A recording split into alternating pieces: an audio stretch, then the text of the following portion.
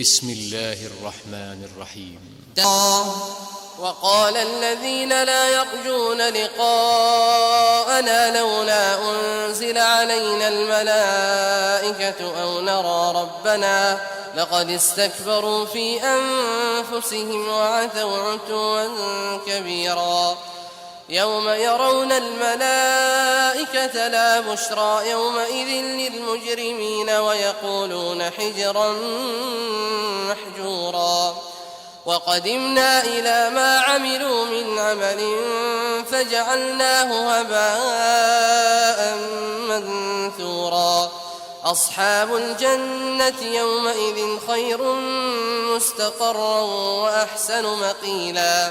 ويوم تشقق السماء بالغمام ونزل الملائكة تنزيلا.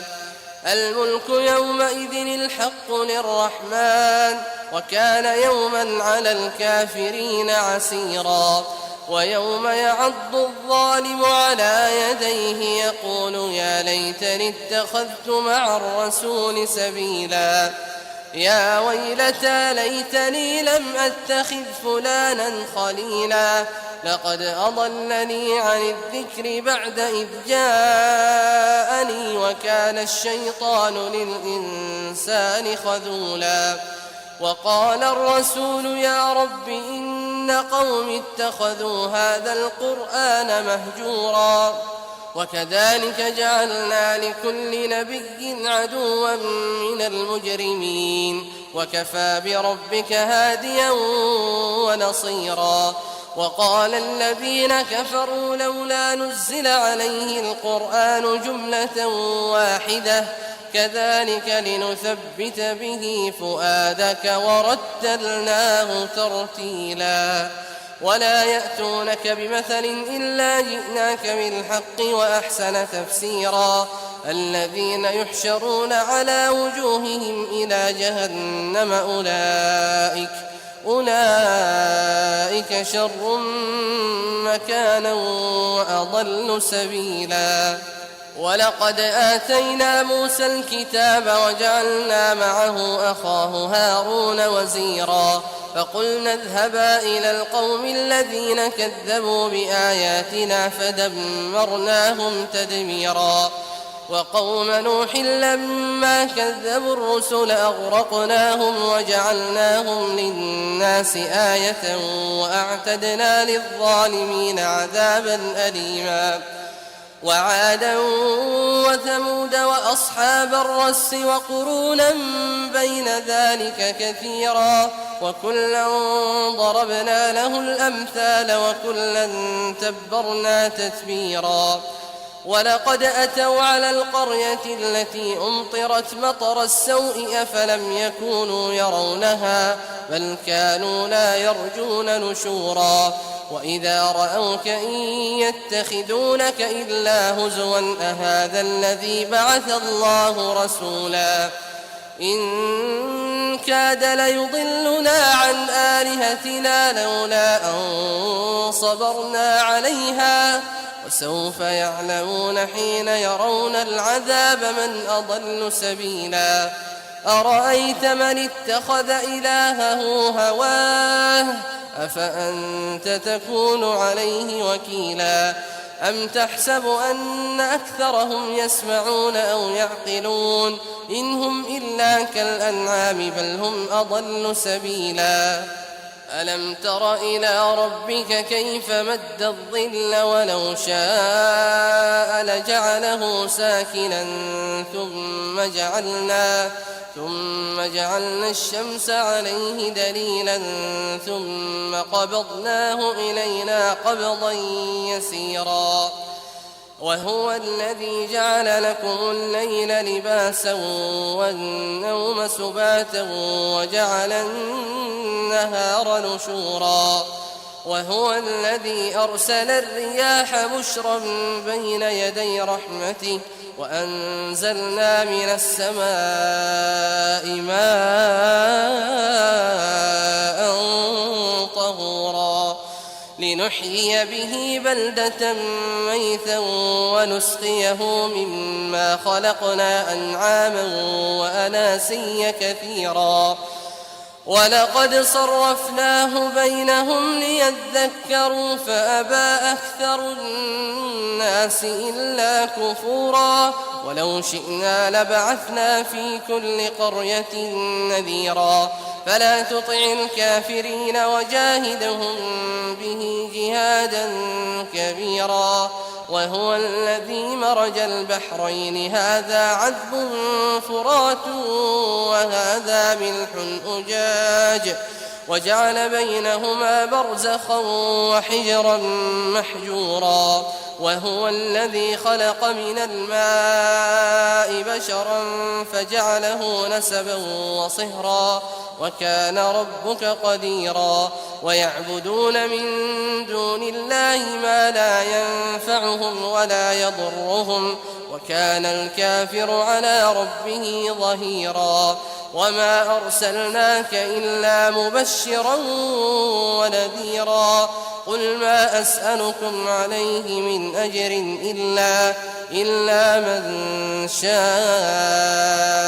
أن يتخذ إلى ربه سبيلا وتوكل على الحي الذي لا يموت وسبح بحمده وكفى به بذنوب عباده خبيرا الذي خلق السماوات والأرض وما بينهما في 6 أيام ثم استوى على العرش الرحمن فاسأل به خبيرا وإذا قيل لهم اسجدوا للرحمن قالوا وما الرحمن أنسجد لما تأمرنا وزادهم نفورا تبارك الذي جعل في السماء بروجا وجعل فيها سراجا وقمرا منيرا وهو الذي جعل الليل والنهار خلفة لمن أراد أن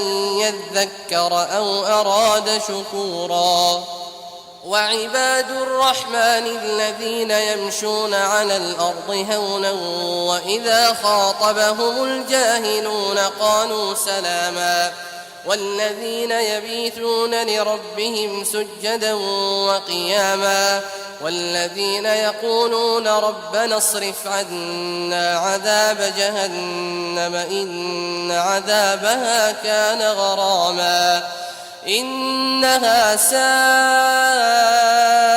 مستقرا ومقاما والذين إذا أنفقوا لم يسرفوا ولم يقتروا وكان بين ذلك قواما والذين لا يدعون مع الله إلها آخر ولا يقتلون النفس التي حرم الله إلا بالحق ولا يزنون ومن يفعل ذلك يلقى أثاما يضاعف له العذاب يوم القيامة ويخلد فيه مهانا إلا من تاب وآمن وعمل عملا صالحا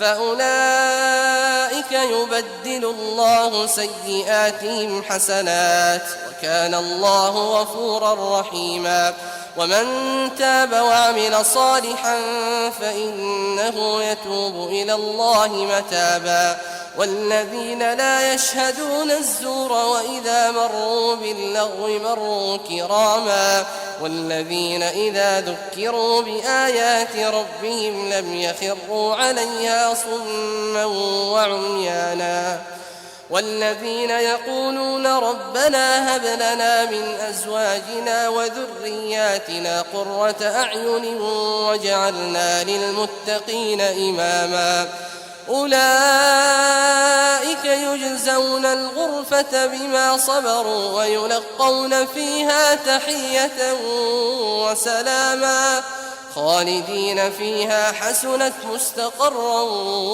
ومقاما قل ما يعبأ بكم ربي لولا دعاؤكم فقد كذبتم فسوف يكون لزاما بسم الله الرحمن الرحيم. طاسيم.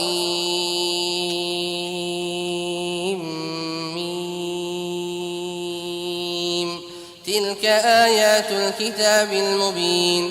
لعلك باخع نفسك ألا يكونوا مؤمنين. إن نشأ ننزل عليهم من السماء آية فظلت أعناقهم لها خاضعين. وما يأتيهم من ذكر من الرحمن محدث إلا كانوا عنه معرضين. فقد كذبوا فسيأتيهم أنباء ما كانوا به يستهزئون. أولم يروا إلى الأرض كم أنبتنا فيها من كل زوج كريم. إن في ذلك لآية وما كان أكثرهم مؤمنين وإن ربك لهو العزيز الرحيم. وإذ نادى ربك موسى أن ائت القوم الظالمين قوم فرعون ألا يتقون. قال رب إني أخاف أن يكذبون ويضيق صدري ولا ينطلق لساني فأرسل إلى هارون ولهم علي ذنب فأخاف أن يقتلون. قال كلا فاذهبا بآياتنا إنا معكم مستمعون. فأتيا فرعون فقولا إنا رسول رب العالمين أن أرسل معنا بني إسرائيل. قال ألم نربك فينا وليدا ولبثت فينا من عمرك سنين وفعلت فعلتك التي فعلت وأنت من الكافرين. قال فعلتها إذا وأنا من الضالين ففررت منكم لما خفتكم فوهب لي ربي حكما وجعلني من المرسلين. وتلك نعمة تمنها علي أن عبدت بني إسرائيل. قال فرعون وما رب العالمين. قال رب السماوات والأرض وما بينهما إن كنتم موقنين. قال لمن حوله ألا تستمعون. قال ربكم ورب آبائكم الأولين. قال إن رسولكم الذي أرسل إليكم لمجنون. قال رب المشرق والمغرب وما بينهما إن كنتم تعقلون. قال لئن اتخذت إلها غيري لأجعلنك من المسجونين. قال أولو جئتك بشيء مبين. قال فأت به إن كنت من الصادقين. فألقى عصاه فإذا هي ثعبان مبين ونزع يده فإذا هي بيضاء للناظرين. قال للملأ حوله إن هذا لساحر عليم يريد أن يخرجكم من أرضكم بسحره فماذا تأمرون.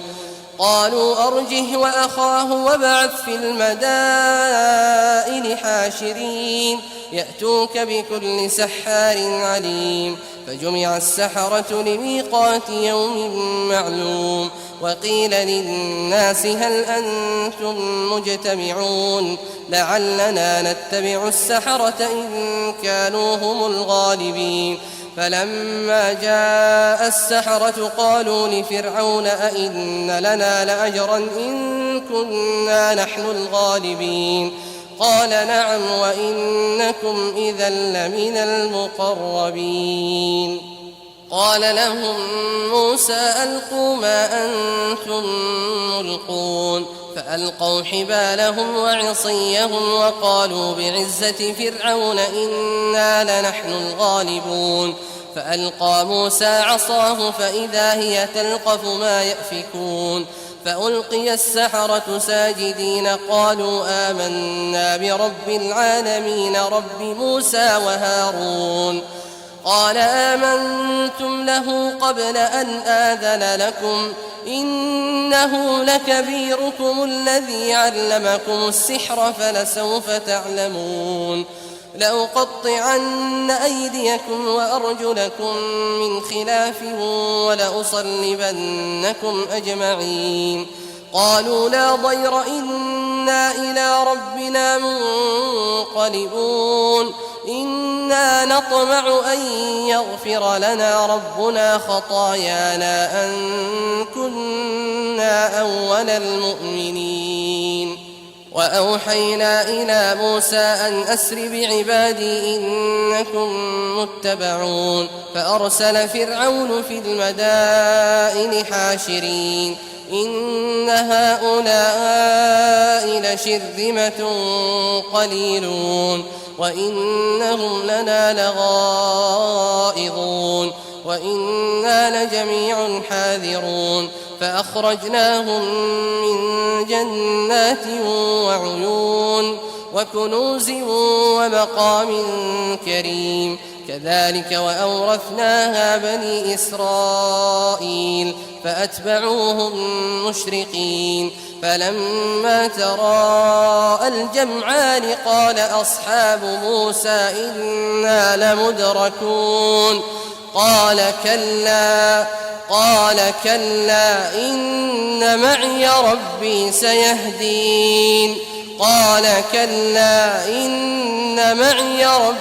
سيهدين. فأوحينا إلى موسى أن اضرب بعصاك البحر فانفلق فكان كل فرق كالطود العظيم.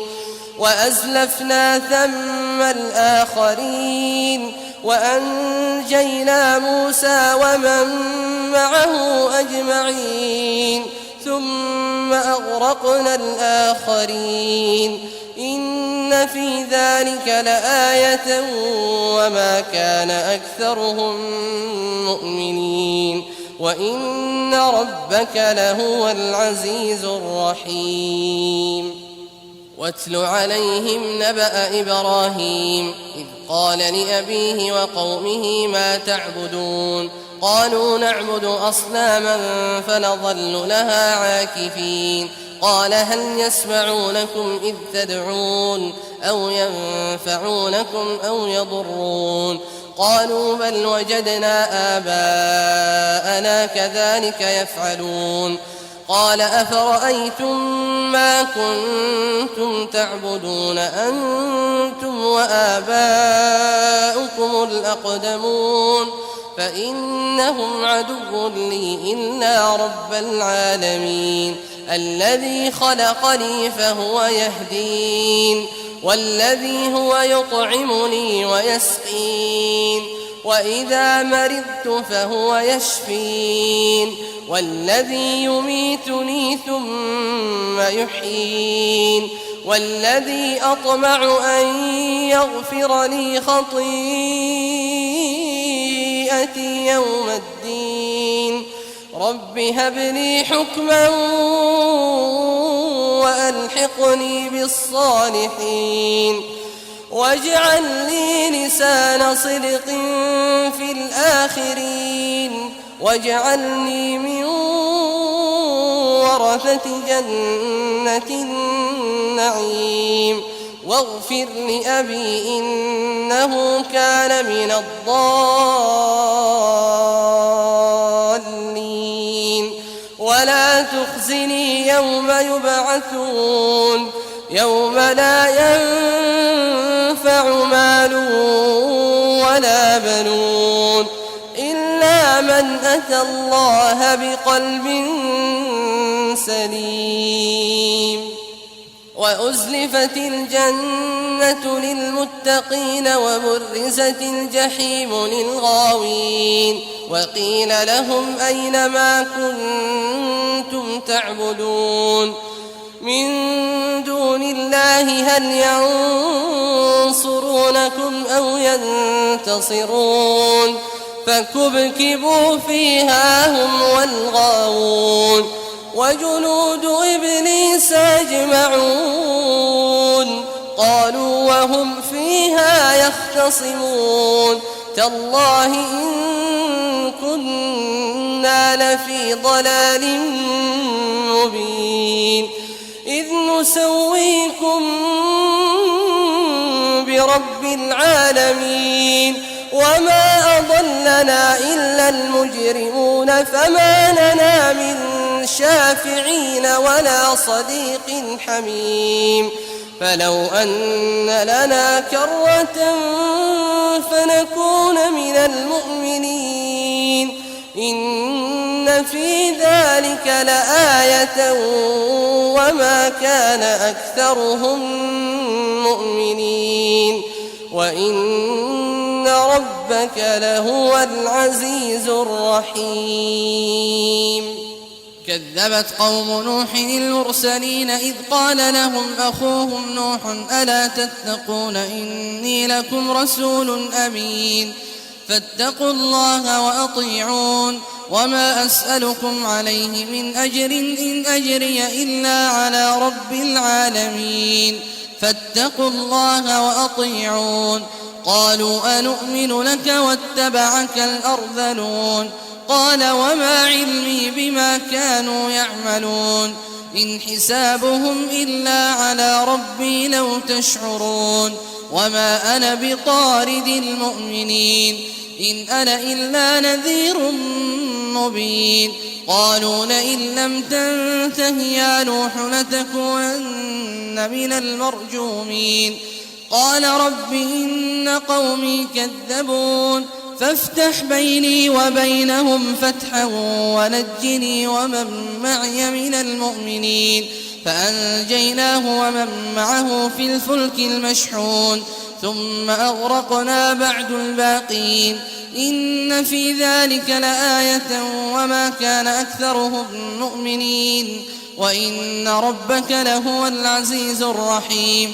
كذبت عاد المرسلين إذ قال لهم أخوهم هود ألا تتقون إني لكم رسول أمين فاتقوا الله وأطيعون وما أسألكم عليه من أجر إن أجري إلا على رب العالمين أتبنون بكل ريع آية تعبثون وتتخذون مصانع لعلكم تخلدون وإذا بطشتم جبارين فاتقوا الله وأطيعون واتقوا الذي أمدكم بما تعلمون أمدكم بأنعام وبنين وجنات وعيون إني أخاف عليكم عذاب يوم عظيم. قالوا سواء علينا أوعظت أم لم تكن من الواعظين إن هذا إلا خلق الأولين وما نحن بمعذبين فكذبوه فأهلكناهم إن في ذلك لآية وما كان أكثرهم مؤمنين وإن ربك لهو العزيز الرحيم.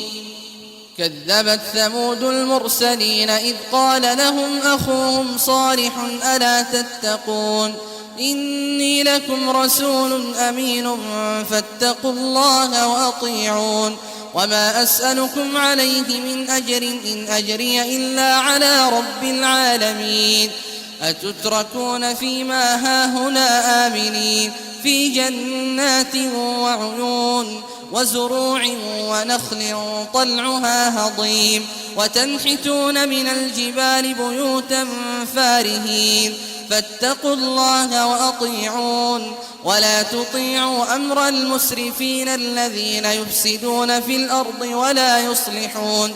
قالوا إنما أنت من المسحرين ما أنت إلا بشر مثلنا فأت بآية إن كنت من الصادقين.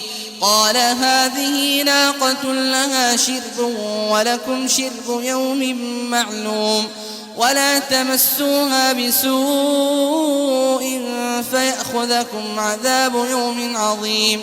فعقروها فأصبحوا نادمين فأخذهم العذاب إن في ذلك لآية وما كان أكثرهم مؤمنين وإن ربك لهو العزيز الرحيم.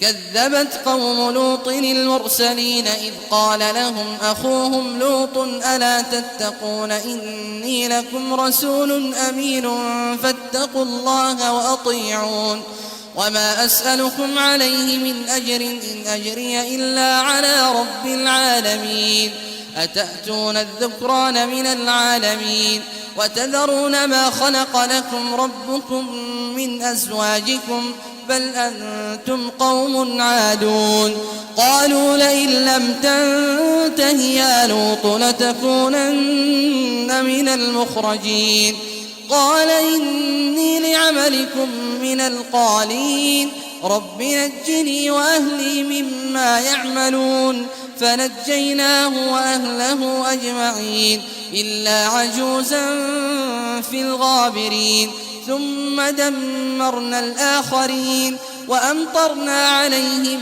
مطرا فساء مطر المنذرين إن في ذلك لآية وما كان أكثرهم مؤمنين وإن ربك لهو العزيز الرحيم كذب أصحاب الأيكة المرسلين إذ قال لهم شعيب ألا تتقون إني لكم رسول أمين فاتقوا الله وأطيعون وما أسألكم عليه من أجر إن أجري إلا على رب العالمين أوفوا الكيل ولا تكونوا من المخسرين وزنوا بالقسطاس المستقيم ولا تبخسوا الناس أشياءهم ولا تعثوا في الأرض مفسدين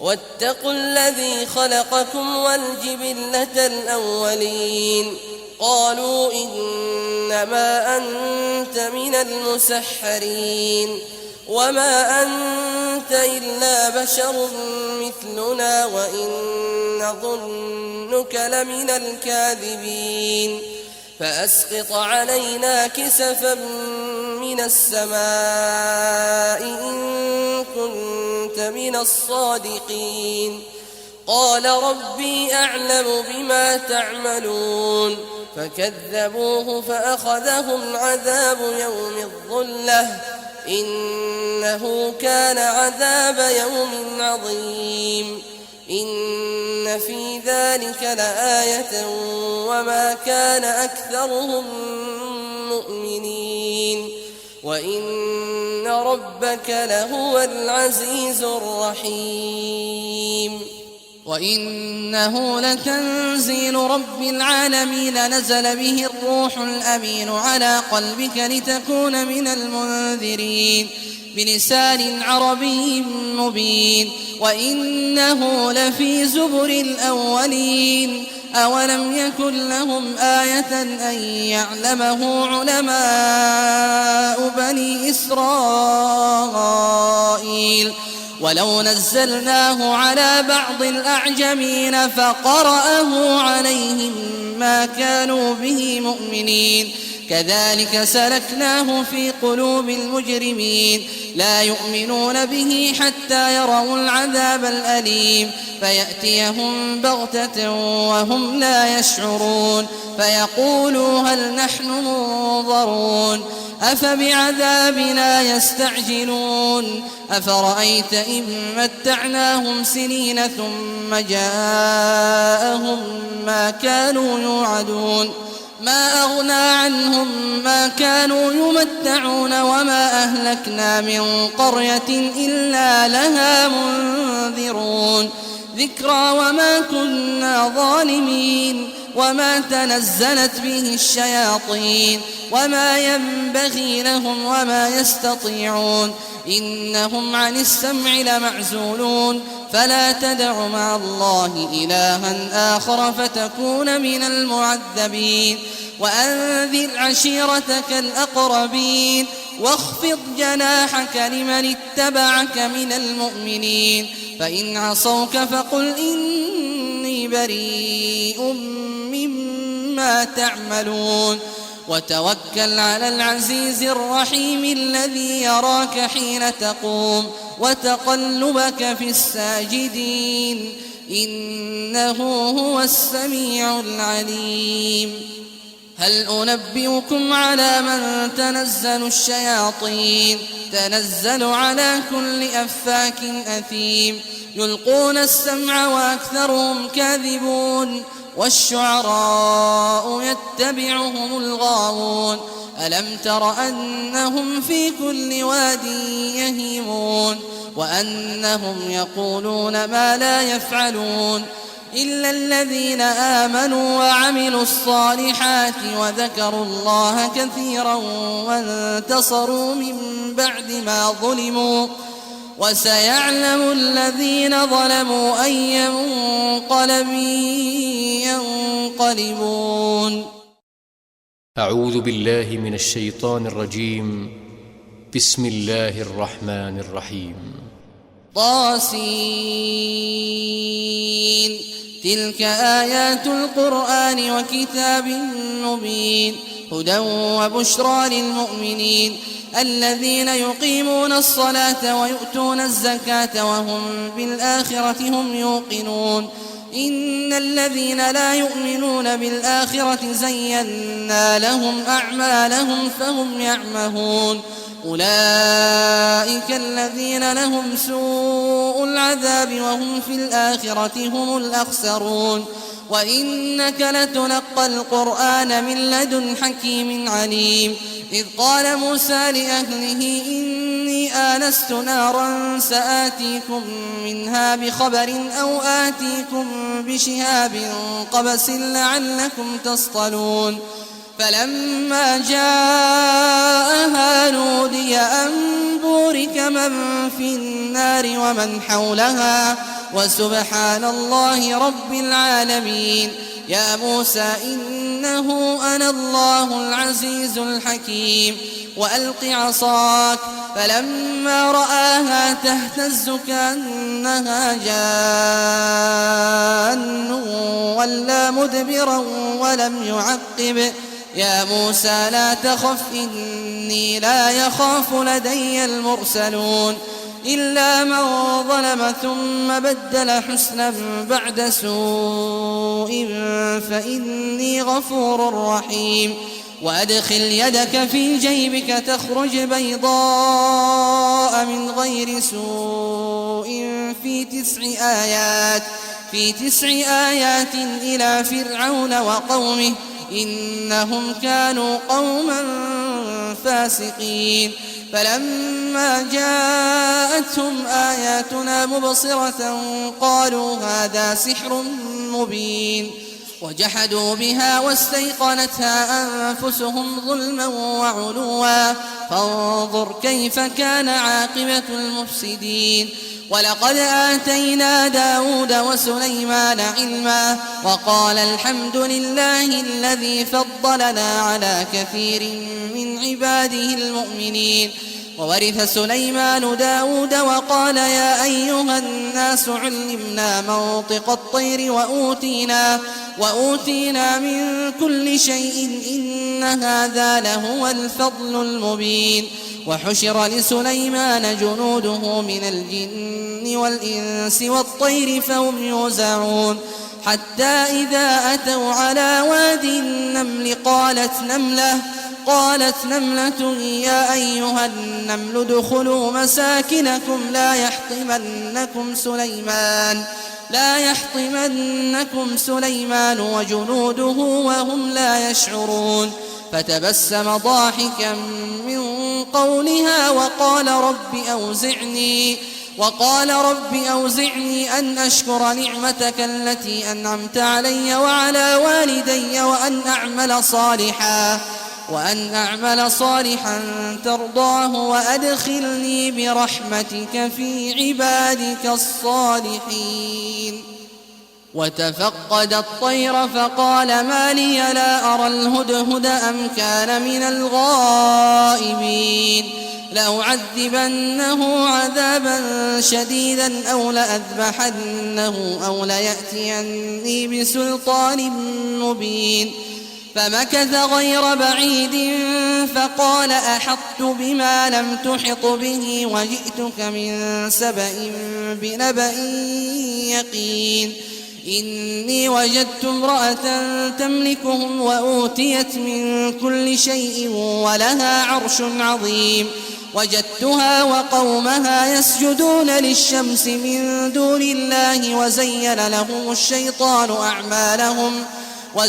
لهم الشيطان أعمالهم فصدهم عن السبيل فهم لا يهتدون ألا يسجدوا لله الذي يخرج الخبأ في السماوات والأرض ويعلم ما تخفون وما تعلنون الله لا إله إلا هو رب العرش العظيم قال سننظر أصدقت أم كنت من الكاذبين اذهب بكتابي هذا فألقه إليهم ثم تول عنهم فانظر ماذا يرجعون قالت يا أيها الملأ إني ألقي إلي كتاب كريم إنه من سليمان وإنه بسم الله الرحمن الرحيم ألا تعلوا علي وأتوني مسلمين قالت يا أيها الملأ أفتوني في أمري ما كنت قاطعة أمرا حتى تشهدون قالوا نحن أولو قوة وأولو بأس شديد والأمر إليك فانظري ماذا تأمرين قالت إن الملوك إذا دخلوا قرية أفسدوها وجعلوا أعزة أهلها أذلة وكذلك يفعلون وإني مرسلة إليهم بهدية فناظرة بما يرجع المرسلون فلما جاء سليمان قال أتمدونني بمال فما آتاني الله خير مما آتاكم بل أنتم بهديتكم تفرحون ارجع إليهم فلنأتينهم بجنود لا قبل لهم بها ولنخرجنهم منها أذلة وهم صاغرون قال يا أيها الملأ أيكم يأتيني بعرشها قبل أن يأتوني مسلمين قال عفريت من الجن أنا آتيك به قبل أن تقوم من مقامك وإني عليه لقوي أمين قال الذي عنده علم من الكتاب أنا آتيك به قبل أن يرتد إليك طرفك فلما رآه مستقرا عنده قال هذا من فضل ربي ليبلوني أأشكر أم أكفر ومن شكر فإنما يشكر لنفسه ومن كفر فإن ربي غني كريم قال نكروا لها عرشها ننظر أتهتدي أم تكون من الذين لا يهتدون فلما جاءت قيل أهكذا عرشك قالت كأنه هو وأوتينا العلم من قبلها وكنا مسلمين وصدها ما كانت تعبد من دون الله إنها كانت من قوم كافرين قيل لها ادخل الصرح فلما رأته حسبته لجة وكشفت عن ساقيها قال إنه صرح ممرد من قوارير قالت رب إني ظلمت نفسي وأسلمت مع سليمان لله رب العالمين ولقد أرسلنا إلى ثمود أخاهم صالحا أن اعبدوا الله فإذا هم فريقان يختصمون قال يا قوم لم تستعجلون بالسيئة قبل الحسنة لولا تستغفرون الله لعلكم ترحمون قالوا اطيرنا بك وبمن معك قال طائركم عند عند الله بل أنتم قوم تفتنون. وكان في المدينة 9 رهط يفسدون في الأرض ولا يصلحون قالوا تقاسموا بالله لنبيتنه وأهله ثم لنقولن لوليه ما شهدنا مهلك أهله وإنا لصادقون. ومكروا مكرا ومكرنا مكرا وهم لا يشعرون فانظر كيف كان عاقبة مكرهم أنا دمرناهم وقومهم أجمعين فتلك بيوتهم خاوية بما ظلموا إن في ذلك لآية لقوم يعلمون. وأنجينا الذين آمنوا وكانوا يتقون. ولوطا إذ قال لقومه أتأتون الفاحشة وأنتم تبصرون أئنكم لتأتون الرجال شهوة من دون النساء بل أنتم قوم تجهلون. فما كان جواب قومه إلا أن قالوا أخرجوا آل لوط من قريتكم إنهم أناس يتطهرون فأنجيناه وأهله إلا امرأته قدرناها من الغابرين وأمطرنا عليهم مطرا فساء مطر المنذرين. قل الحمد لله وسلام على عباده الذين اصطفى الله خير أم ما يشركون.